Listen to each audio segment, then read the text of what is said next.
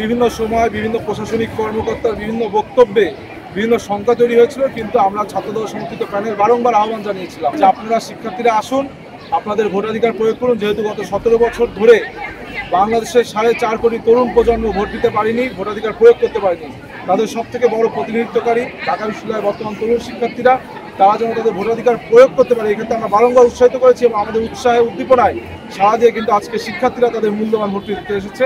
এই জন্য আমি শুধু ব্যক্তিগতভাবে নয়, আমাদের প্যানেলের পক্ষ থেকে আশাবাদী যে আমরা পূর্ণাঙ্গ প্যানেলে ইনশাল্লাহ বিজয় লাভ করব। সকাল থেকে বিপি প্রার্থীর সাথে এখন পর্যন্ত দেখা করতে পারিনি, উনি কোথায় গিয়েছে না গিয়েছে এটা সম্পর্কে আমি অবগত না।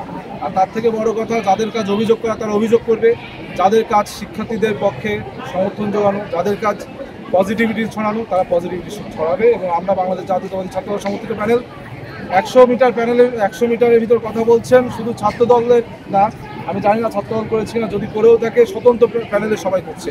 এইখানে একটি বিষয় আপনাদের ক্লিয়ার করতে চাই, 1293 জন প্রার্থী, একজন শিক্ষার্থী 200টা ইংরেজি শব্দ মুখস্থ করতে হতো 6 মাস লাগে রে ভাই।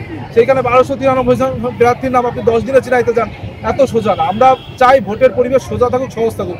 একটা লিফলেট আপনি আমাকে ধরিয়ে দেবেন বলে যে আমি ওই মার্কায় ভোট দিব বা ওই ছেলেকে ভোট দিব, বিষয়টি কিন্তু এমন নয়। সুতরাং ভোট উৎসাহ উদ্দীপনার ভিতর থেকেও, এবং আমাদের শিক্ষার্থীরা একজন আরেকজনকে চেনাতে চাচ্ছে, এটা খারাপ কিছু না, দোষের কিছু না। আমার মনে হয় এটা পজিটিভভাবে নেওয়া উচিত।